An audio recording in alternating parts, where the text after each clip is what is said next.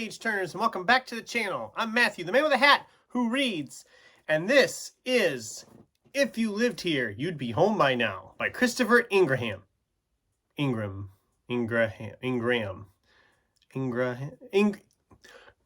Christopher I don't know, I'm not sure. You tell me. Ingram. Anyway, all that aside, this is a perfect example of a book that I knew nothing about until I read a little brief blurb about it and ended up just enjoying it more than I expected. So, first off, what is it about?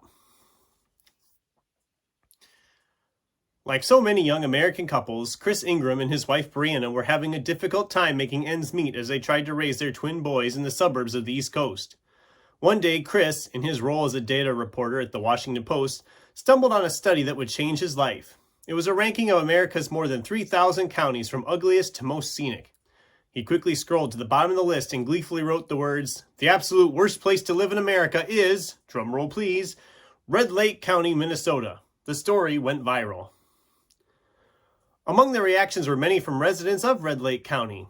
While they were unflappably polite, it's not called Minnesota nice for nothing, they challenged him to look beyond the spreadsheet and actually visit their community.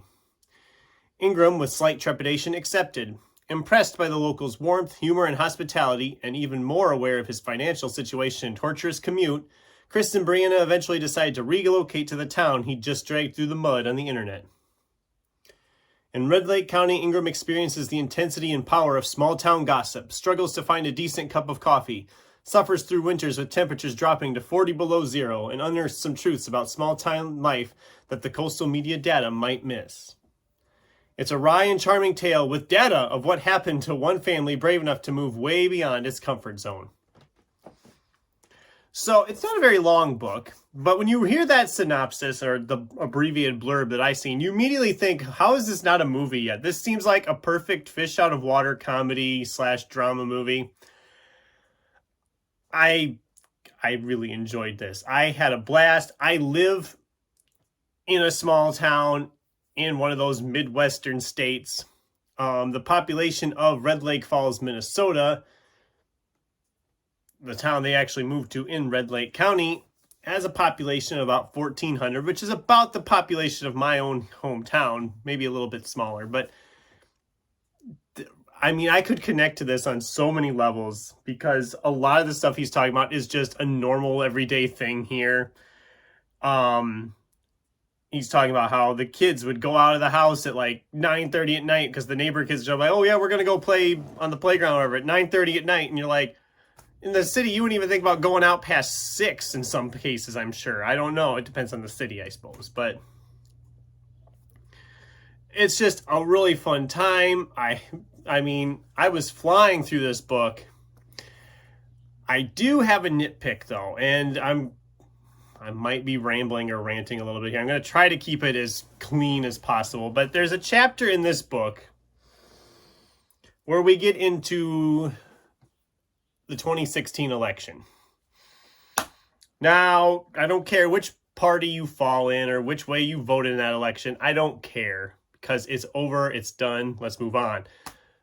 This book has to go through all that same rigmarole we heard so much of before, during, and after the election about how, the country's going to go to hell if this happens, and this, if so-and-so is elected, we're all in deep trouble, we're never going to make it, blah, blah, blah. We've heard it all before, and then, of course,